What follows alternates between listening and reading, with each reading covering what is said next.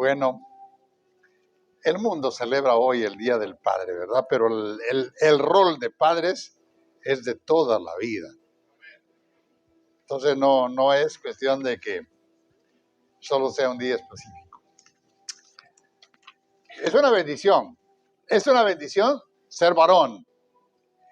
Y yo quiero decirles que Dios no ha cambiado el propósito con el cual hizo al varón. Todavía Dios quiere que el varón sea cabeza de su casa, sea el que gobierne en las naciones, en la familia, sea el que enseñe a sus hijos y sea el que sostenga su hogar. Bueno, Dios hizo esos propósitos para el varón y eso no ha cambiado. El mundo lo quiere cambiar y dicen otra cosa, pero Dios le dio al varón la capacidad de engendrar hijos y esa capacidad solo el varón la tiene. No hay medias tintas, no. Bien, hermanos, entonces les decía que las ventajas de ser varón, ¿verdad? Hay muchas ventajas. Miren, primero que cuando hablamos por teléfono, 1 minuto basta.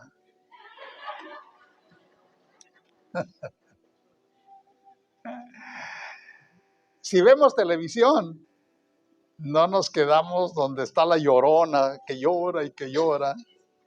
Si buscamos lo que queremos, ¿verdad? Si se te poncha una llanta, no te pones a llorar.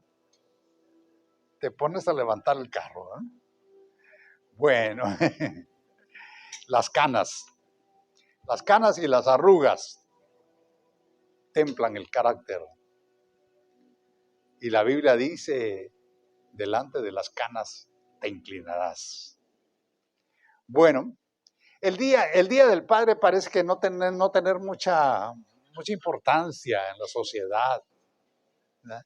No es como el 4 de julio, que hay luces de colores, juegos artificiales, banderas altas. No, ¿verdad? No.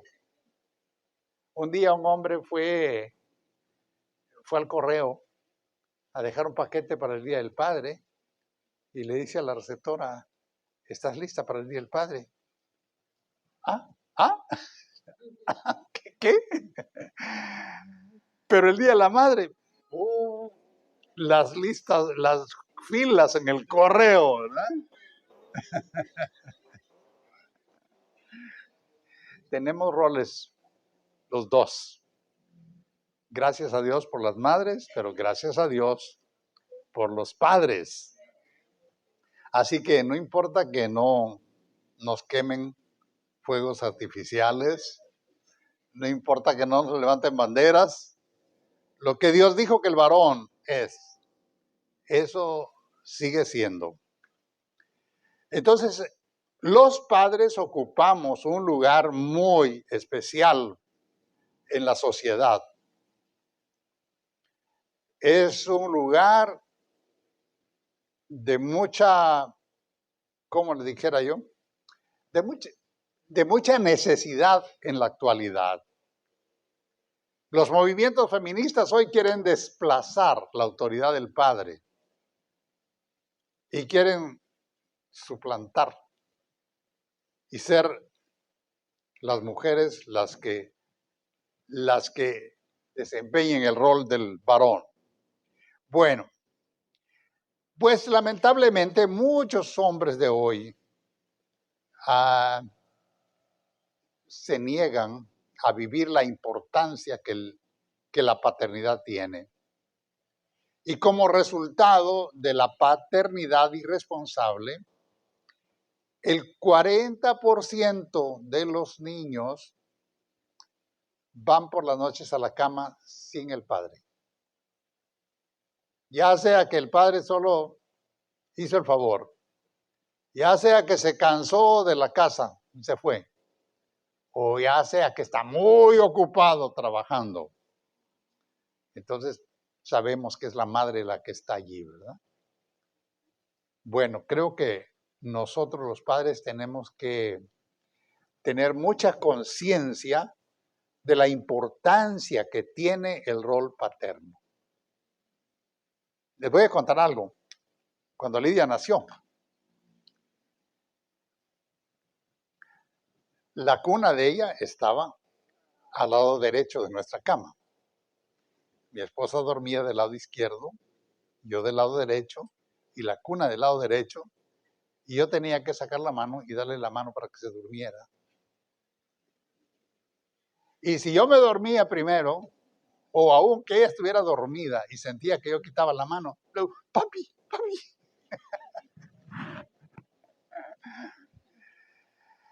A los hijos hay que darles tiempo, amor, calidad de vida, atención, cuidado. Bueno, les cuento eso nada más como una anécdota, ¿verdad? Entonces, pero tristemente muchos padres no están muy conscientes ahora de esa responsabilidad. Aquí en Estados Unidos, bueno, creo que en todas partes, también en Latinoamérica ahora, el padre biológico generalmente no está en casa. Y muchas mujeres le ponen un padre sobrepuesto que es abusivo, que los maltrata, y ustedes ven cuánta tragedia sucede, ¿verdad? Pero eso no anula el orden de jerarquía que Dios estableció desde el principio. No hemos ido a la palabra. Vamos a la palabra ahora. En Colosenses 3, 18, verso 20.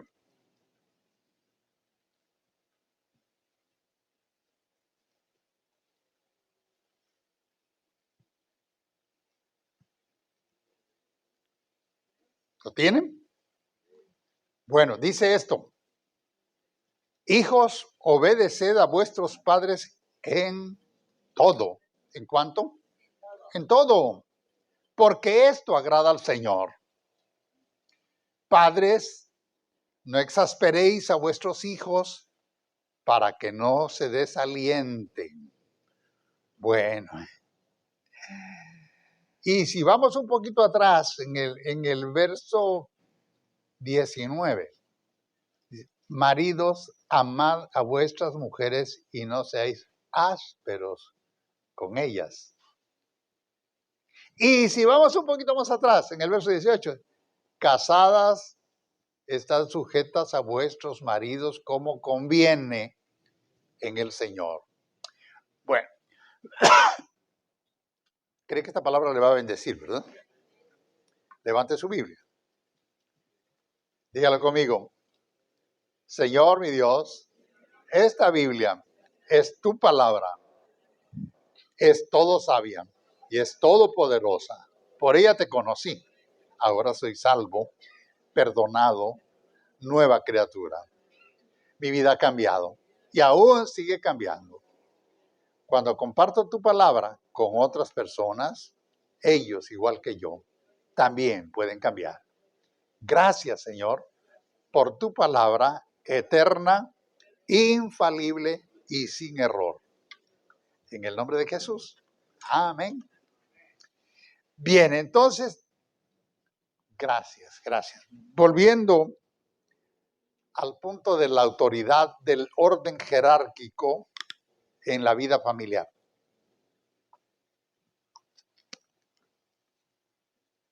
Dios estableció que fuera el varón la cabeza, y si a alguien no le gusta, está oponiéndose a lo que Dios diseñó.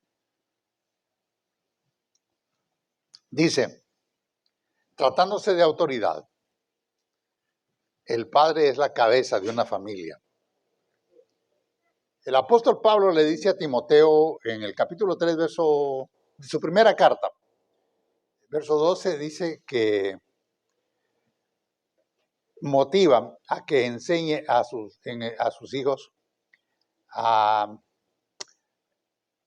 enseñarlos de una manera, de un trato respetable en el hogar.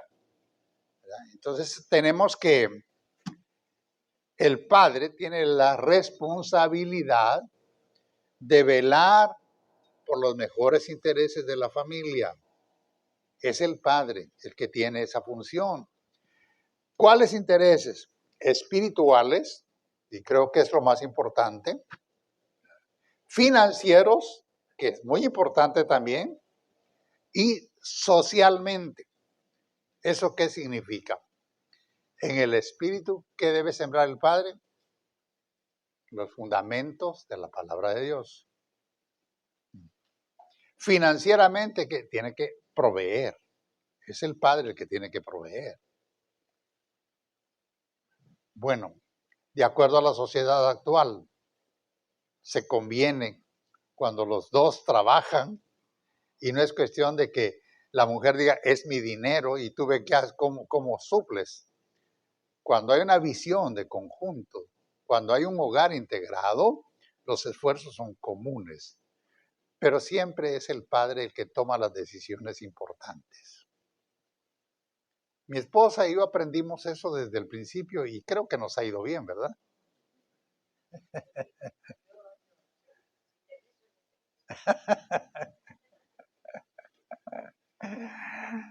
Bueno, yo no la limito, pero a ella no le gusta ni manejar la chequera, aunque esté su nombre ahí. Porque financieramente, pues el padre tiene que ser sabio. Por supuesto que hay padres que no son nada sabios y que la esposa es más sabia en la administración de las finanzas. Eso ya es cuestión de armonizar, de entrar en acuerdo, ¿verdad? No, es que conocí una familia de el hermano muy trabajador, se mata trabajando de sol a sol. Y cada cheque se lo da a la esposa. Y le digo, ¿por qué hace eso? Porque ella lo guarda y yo lo despilfarro. Entonces, cuando yo necesito dinero, se lo pido a ella. Me dice, bueno, si así se arreglan, está bien, pues. Pero es un convenio, ¿verdad? Bueno, pero dejémoslo de las finanzas. Socialmente, ¿cómo enseñamos a nuestros hijos a tratar a las personas? Bueno, algunos tienen muchas quejas de los padres por muchas cosas, porque me regaña, porque me limita, pero los hijos aprenden en el hogar cómo tratar a las personas, cómo relacionarse con otras personas, cómo seleccionar sus amistades y con qué personas deben relacionarse. Eso se aprende también en el hogar, no en la escuela, no en la calle, no en las gangas. Así que tenemos eso. Cuando el hombre se convierte en padre, no le dan un manual y le dicen, mira, aquí está. Así es como el padre tiene que hacer. Sí, a veces los mayores nos dan consejos, ¿verdad? Yo me acuerdo que cuando me casé, mi hermano mayor me quiso dar consejos y como yo estaba muy joven y un poco altivo, le dije, no, guarda tus consejos, yo sé qué hacer. No sabía mucho, pero nos ha ido bien de todas maneras.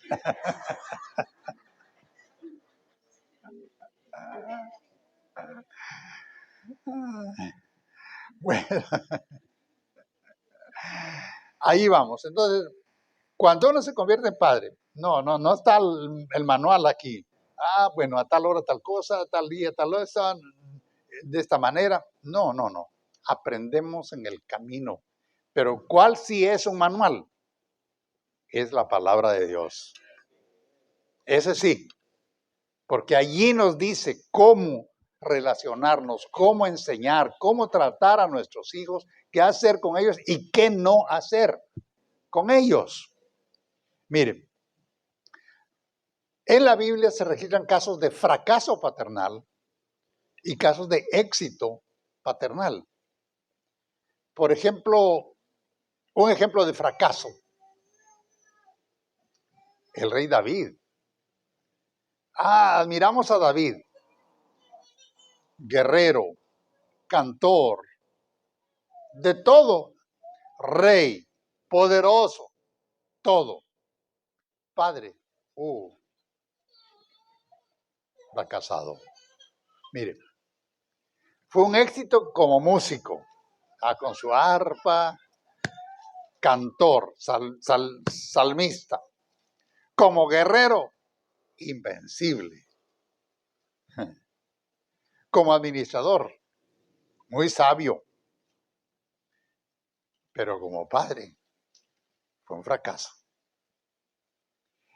En el libro segundo de Samuel, en el capítulo 18, verso 33, se narra la historia de la muerte de su hijo Absalón.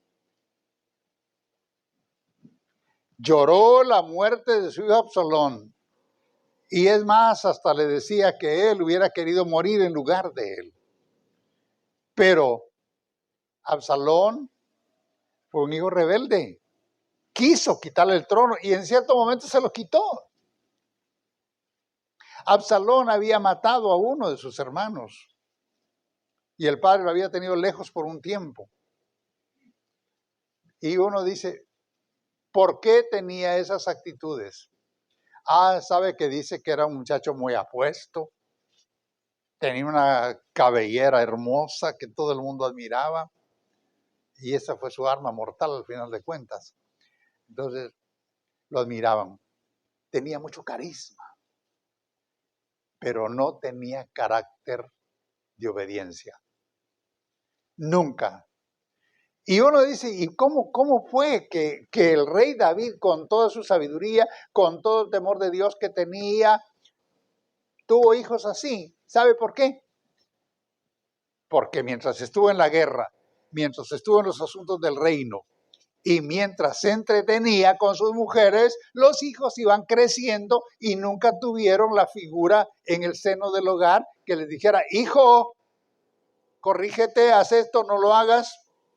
Ese fue uno de los hijos. Pero no solo ese fue rebelde.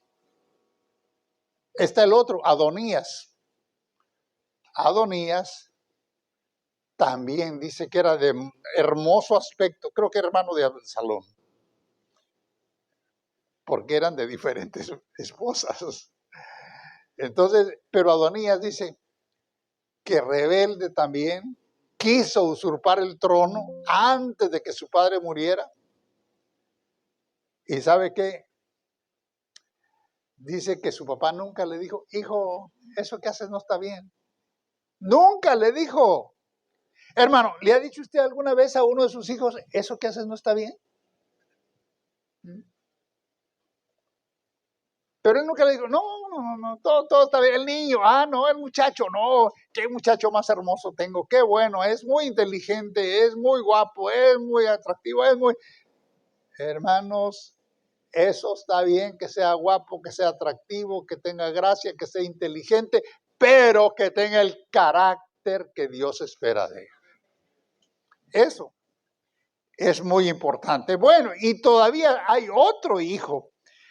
Déjeme recordar cómo se llamaba. Creo que se llamaba Amón. Amón. No. Esa era una joya. Tenía una medio hermana, linda, preciosa la muchacha, y se enamoró de ella. Aconsejado por un amigo, se fingió enfermo, hizo que su padre lo fuera a atender. Anda a atender a tu hermanito, está enfermo. Y lo que quería era violarla.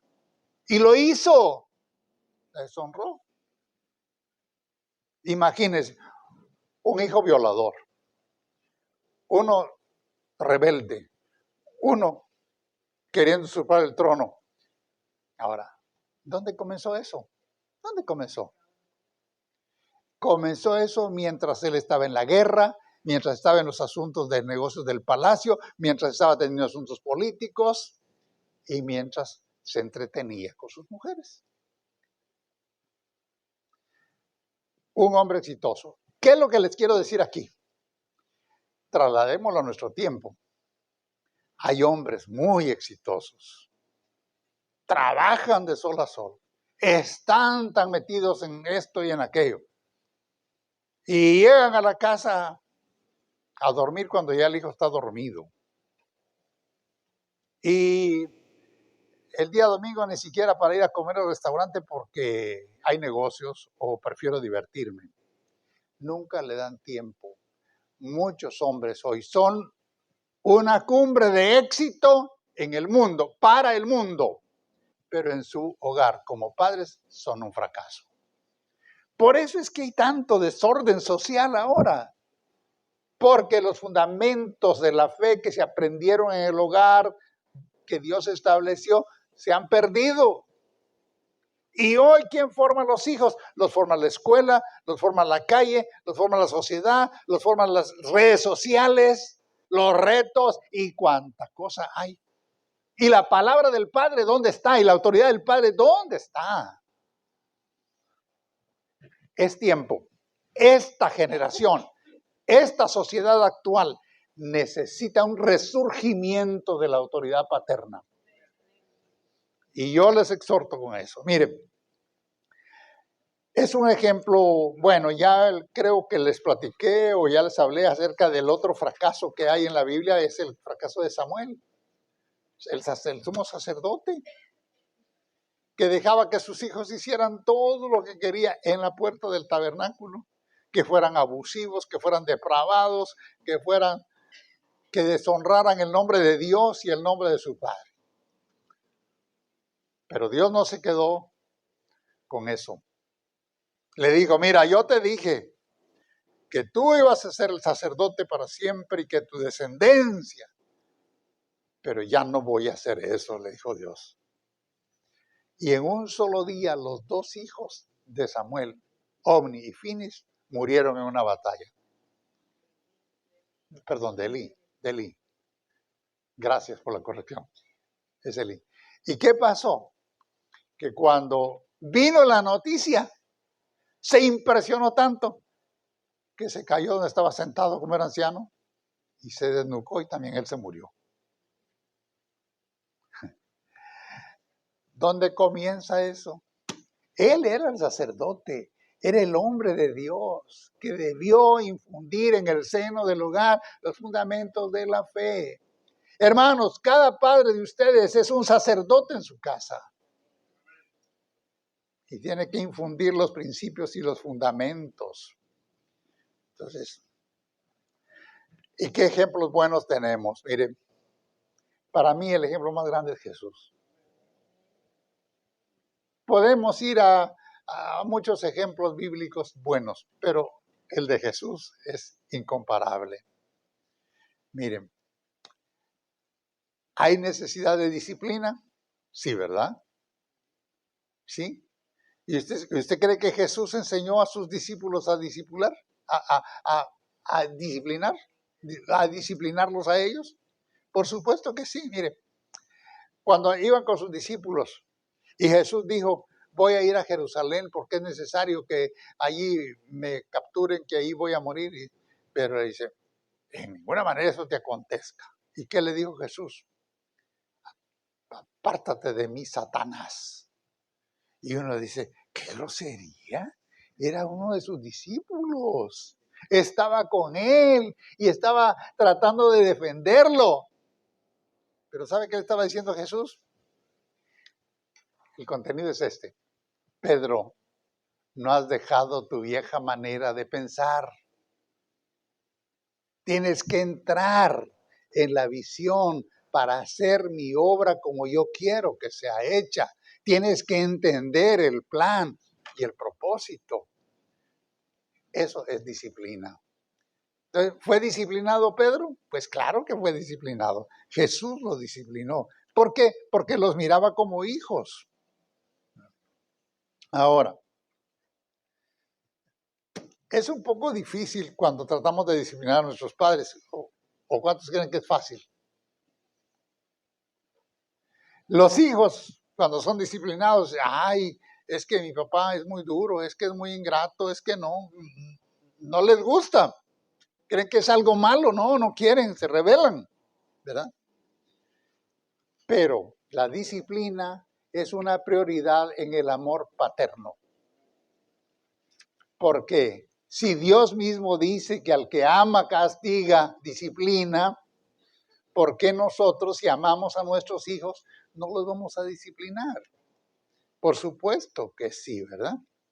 Por eso, mire, en Proverbios 3, 11 y 12 dice, ahí está, hijo mío, Hijo mío, no desprecies la disciplina. ¿De quién? No. Ah, sí, póngalo ahí. No menosprecies el castigo de Jehová, la disciplina de Jehová. ¿Quién es el primero que disciplina? Ajá. Ni te fatigues de su corrección. ¿Y qué sigue? Porque Jehová al que ama, castiga como el padre al hijo a quien quiere. Ajá. De modo que si el padre quiere al hijo, lo va a disciplinar. Si lo deja hacer todo lo que el niño quiere, pues no lo va a disciplinar y va a ser un monstruo social. Y después, ay, ¿por qué me salió este hijo así? Pues nunca lo corrigió, ¿verdad? Entonces, la disciplina es un acto que el padre hace motivado por el amor a sus hijos. El amor trae consigo la disciplina. ¿Por qué? Porque si no hay disciplina, pues no hay formación. No hay. Miren, la escuela le da a los hijos información, pero los padres le damos disciplina, le damos trabajo, le damos todo. Entonces, pues como les había dicho, ya que el 40%, más o menos, yo no tengo estadísticas, pero más o menos, de los niños crecen sin papá en la casa. Pero el mejor ejemplo de formación disciplinaria es Jesucristo. Él es el que nos va a ayudar. Miren, cuando los padres toman el ejemplo de Jesús, ¿qué van a dar a sus hijos? El ejemplo de Jesús. Cuando los padres toman un modelo diferente, ¿qué van a dar? El modelo que tomaron. Y muchas veces crecen nuestros hijos o nosotros hemos crecido con los patrones heredados de nuestros padres que no siempre fueron los mejores. Tal vez bien intencionados, pero no los mejores, ¿no? Y eso damos. Pero cuando conocemos a Cristo, conocemos el modelo de Jesús. Y ese modelo es el que debemos ministrar a nuestros hijos. Es lo mejor. Porque Jesús amó tanto que por amor se entregó y dio su vida por nosotros. Entonces, cuando nosotros seguimos el modelo de Jesús, podemos dar el mayor regalo de amor a nuestros hijos. ¿Cómo vemos a Jesús? Sí, Jesús siempre proveyó para los que estaban con él. Y es que les voy a decir, bueno, usted me va a decir, es que eran discípulos. Mire, Jesús les llamó primero discípulos. Si hacéis lo que yo digo, seréis mis discípulos. Después, en algún momento digo siervos. Y hay un momento que le dice, ya no les voy a llamar siervos, les voy a llamar amigos. Entonces, siervo, discípulo, amigo. Pero al final de su ministerio, cuando después de su resurrección se juntó con ellos en una playa, ¿sabe qué les digo? Hijitos, ¿tienen algo de comer? Hijitos. De modo que podemos ver a Jesús como Padre. ¿Por qué les digo? Hijitos. Bueno, entonces, pero él siempre proveyó. El Padre provee. Cuando los cobradores de impuestos llegaron con Pedro y le dicen, tu Señor no paga el impuesto. Jesús, ¿qué le dijo a Pedro? Pedro, toma tu anzuelo. No le dijo la red. Toma tu anzuelo y vete a pescar. Y el primer pez que agarres, ese tiene la moneda y con eso pagas por mí y por ti. ¿Qué es eso? Provisión. Provisión sobrenatural. Dios siempre va a proveer cuando le creemos y dependemos de Él. Mucha gente vive tronándose los dedos. Ay, que no voy a tener trabajo, que la crisis está muy dura, que esto. Dios siempre va a proveer cuando le creemos.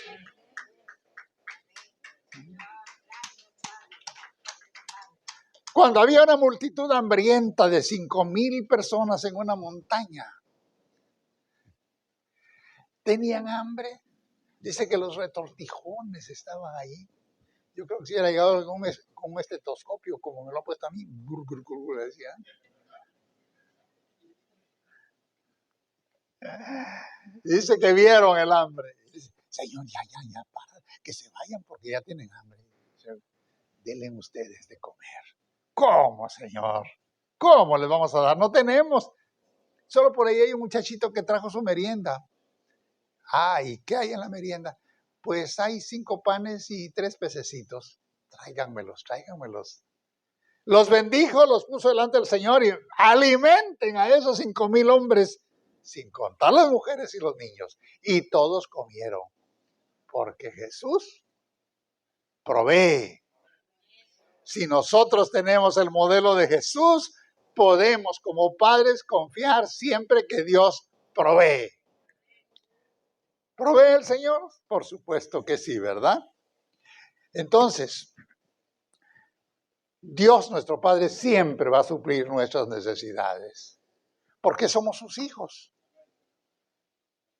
Y el modelo paterno es proveer a sus hijos. Mire, el apóstol Pablo le dice a Timoteo, en la primera carta, capítulo 5, verso 8, le dice, si alguno no provee para los suyos, y especialmente para los de su casa, han negado la fe. Y es peor que un incrédulo. Imagínense.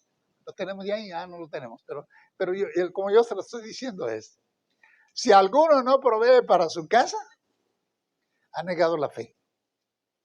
Y es peor que un incrédulo.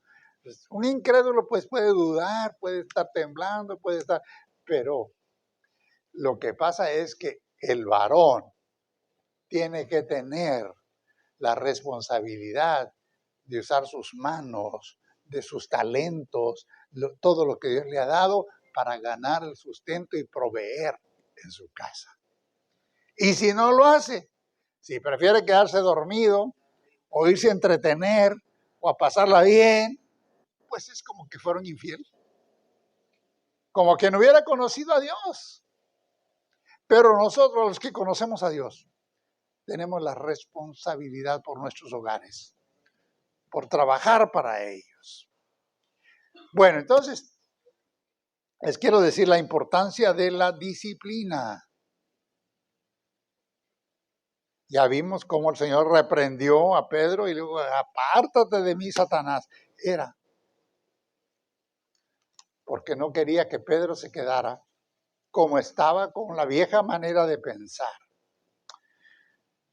Los padres estamos en la primera línea de defensa.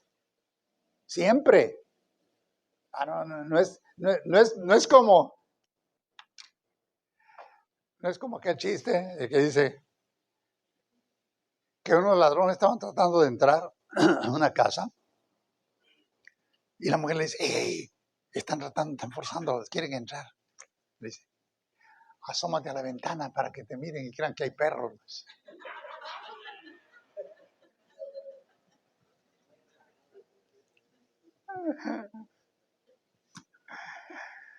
El hombre es el que está en primera línea. Sí. El hombre es la defensa, ¿verdad? Así que, ¿por qué? Bueno, ¿y Satanás qué va a tratar? Va a tratar de cortar la cabeza. Entonces, ¿qué pasa? Pues muchos padres, no es que se mueran, se van, cambian de idea, se aburren, olvidan y abandonan su rol. Y entonces se queda la madre con sus hijos, porque entonces, cuando la cabeza ya fue ganada por Satanás, pues todo el resto del cuerpo se va. Es igual que cuando la cabeza viene a Cristo, toda su casa viene a Cristo, ¿verdad? Pero cuando la cabeza es víctima del diablo, pues todos los demás están expuestos. Tenemos que entender eso, padres, que somos los sacerdotes estamos en la primera línea de defensa como padres. ¿Por qué? Porque si hay necesidad de defender los valores y los principios bíblicos, somos nosotros los que tenemos que hacerlo. Si hay necesidad de sacar la cara en una crisis, somos nosotros. No vamos a mandar a la mujer. Mire, no vamos a ser como, creo que son los chinos o los vietnamitas, no sé, que cuando hay un campo minado echaban a las mujeres adelante. Es el varón. Es el varón el que toma la mano para ir con el arado. Es el varón el que empuña la espada. Cuando ustedes ven los patrones bíblicos, ¿quiénes salían a la guerra? ¿Las mujeres? No. Hoy en el army hay de todo, ¿verdad? Hay hombres, hay mujeres, hay términos medios, no digas nada.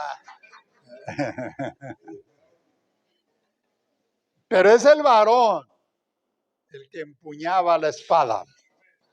Por eso el varón es el que debe ponerse al frente en toda situación. Ese es el rol que Dios nos dio como padres. Ahora, el gran legado que un padre puede dejar no es una herencia material. Puede ser que haya casas, que haya bienes, que haya cuentas en el banco y todo estaría bien. Riquezas, y a veces hay riquezas y a veces no. A veces lo único que queda de herencia son recuerdos. Bueno, pero la mejor herencia que un padre puede dar es el plan de salvación en Cristo Jesús a sus hijos. Cuando en el seno del hogar, miren, no se trata solamente de que el niño venga a la iglesia, que esté ahí presente, que haga esto, que haga aquello. No, cuánta devoción se les enseña, cuánto fundamento, en qué momento los hijos se convierten. Claro que no somos responsables por la adultez, la vida adulta de los hijos. No, pero cuando hay fundamentos sembrados, eso va a quedar en el corazón. Y el hijo que ande por ahí vagando perdido en el mundo no va a tener tranquilidad porque sabe adentro que hay un espíritu y que le fue sembrado los principios de la palabra de Dios. Es el mejor legado que nosotros como padres podemos dar.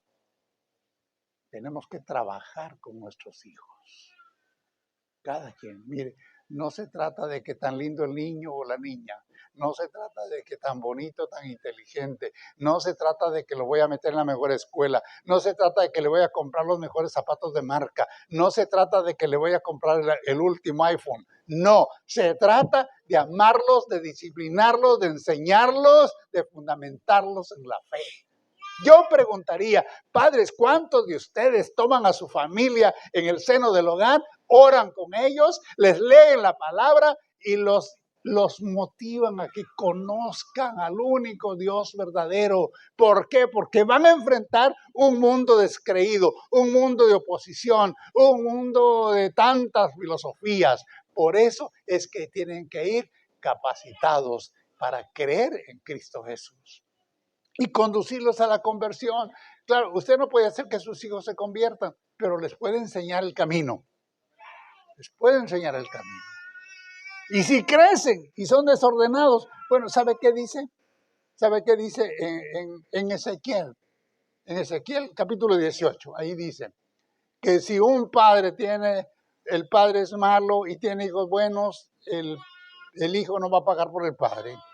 Pero también dice que si a un hijo es malo y que es ladrón, que es sinvergüenza, que es todo esto, que es lo que sea, el padre no va a pagar por él.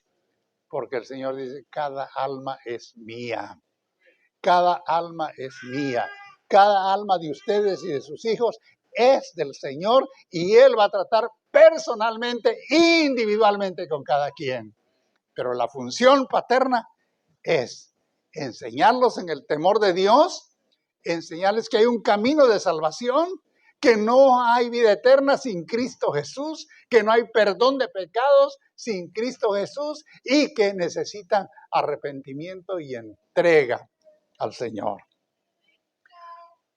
Hoy, muchos de nuestros hijos están nada más asistiendo a la iglesia porque papá me lleva, porque mamá me lleva. Pero no hay entrega, no hay devoción. ¿Por qué? Porque no se ha inculcado en el hogar. Tenemos que tener esa visión que Jesús tuvo. Les repito, cuando les dijo a sus discípulos, hijitos. Después de su resurrección, en un momento, Pedro dijo, voy a ir a pescar, y los discípulos dijeron, vamos contigo, fueron a pescar.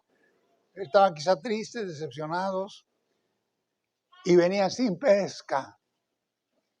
Y cuando se asomaron a la playa y atracaron la barca, había un hombre a la distancia en la playa con un fueguito. Y dijeron, vamos a ver. Y Jesús les dijo, vengan. Hijitos. Oh, nos trata de hijitos. Y miraban que era el Señor, pero ninguno se atrevía a decir, Él es. ¿Tienen algo que comer? No, pues que no pescamos nada. Pues aquí está. Ya Jesús había pescado, había asado el pescado, tenía panes, les dio desayuno. ¿Cuántos padres le dan desayuno al hijo? Ah, no, pues ahí que tu mamá mire qué te da. No soy el gran ejemplo, pero mi esposa no me va a dejar mentir. Cuando mis hijos estaban chiquitos, que iban a la escuela, yo me levantaba temprano a hacerles su sándwich y su lonchera. Papá era el que se los preparaba su lonchera. Y allá iban ellos con su sándwich y su lonchera. Jesús les dio desayuno a sus discípulos y les dijo, hijitos. Oh, qué lindo es que el Señor nos llame hijitos, ¿verdad? Bueno, entonces, hermanos, en conclusión, ¿qué dice? El Señor dijo que de qué le sirve al hombre granjear, ganar el mundo entero y perder su alma. Por eso nosotros debemos trabajar para que nuestros hijos no pierdan su alma. Que sean exitosos en la vida, qué bueno, gracias a Dios. Nadie quiere tener hijos fracasados, no. Queremos que sean exitosos, que se capaciten, que se abran paso, que tengan posiciones de autoridad, de desarrollo y que les vaya bien en la vida. Pero, que su alma sea ganada para el Señor. Que el servicio al Señor se mantenga primero. Entonces, puede tener todo lo del mundo, todo lo que hay en la tierra como bienes. Puede tenerlo. Puede ocupar todas las posiciones, desde conserje, de janitor hasta presidente. Pero sobre todo, que tenga temor de Dios en el corazón. Entonces, hermanos, los padres somos personas sumamente importantes para la vida de nuestros hijos. Nuestro deber es proteger, nuestro deber es enseñar, nuestro deber es modelar. Y nosotros tenemos el poder de formar familias temerosas de Dios. Es tiempo de reflexionar. Yo sé que algunos dirán, bueno, eso que está predicando el pastor, yo lo debí oír en mi tiempo. Nunca es tarde. Los hijos todo el tiempo son hijos. Son hijos desde la cuna, recién nacidos, hasta los 80 años. Si es que todavía hay padre a los 80 años, ¿verdad? Bueno, que yo tengo 84 y tengo hijos casi de 60 ya. Y tengo varios hijos. Mi esposa y yo tenemos 4 hijos biológicos. Y algunos otros que Dios nos regaló. Y que son una gran bendición. El mayor de ellos me llamó ayer. Y me dice, ¿cómo está? Sigo orando por ustedes. Nunca voy a olvidar todo lo que hizo por mí. Me dice, nunca me faltó nada. Nunca fui despreciado. Estoy agradecido con Dios y lo quiero honrar. Los hijos reciben lo que el Padre les da. Sean biológicos o no sean biológicos. La paternidad es como la paternidad de Dios. Jesús no era el padre biológico de los 12 apóstoles, pero era el padre que les había enseñado la palabra y que los había conducido a conocer al verdadero Padre, a quien Él les dijo, ustedes van a orar así, Padre nuestro que estás en los cielos. Él es nuestro Padre. ¿Estamos agradecidos con Dios? Varones, ¿estamos dispuestos a asumir el rol? Trabajemos en ello.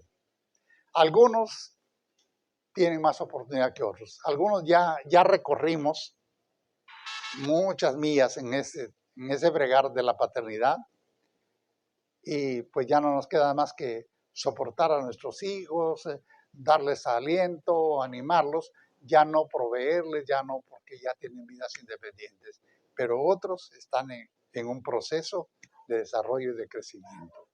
Sea donde estés, el amor paterno nunca va a dejar de ser. Acuérdese del padre del hijo pródigo. Un muchacho que ya tenía sus años, no sé cuántos, pero en su juventud él decidió pedir su herencia, pues se la gastó, la dilapidó, se acabó y cuando estaba sucio, maloliente, desesperado, ¿a quién acudió? Al padre. ¿Y qué hizo el padre? El padre no le dijo, pues ya estás grandecito, tú sabes lo que haces, tú lo escogiste. No, ¿qué hizo? Abrió sus brazos y le dijo, bienvenido. El padre siempre será padre en todo tiempo. Así que nunca se desespere de sus hijos, espere que den el fruto, porque lo que es sembrado en ellos, eso va a prevalecer. ¿Estamos de pie?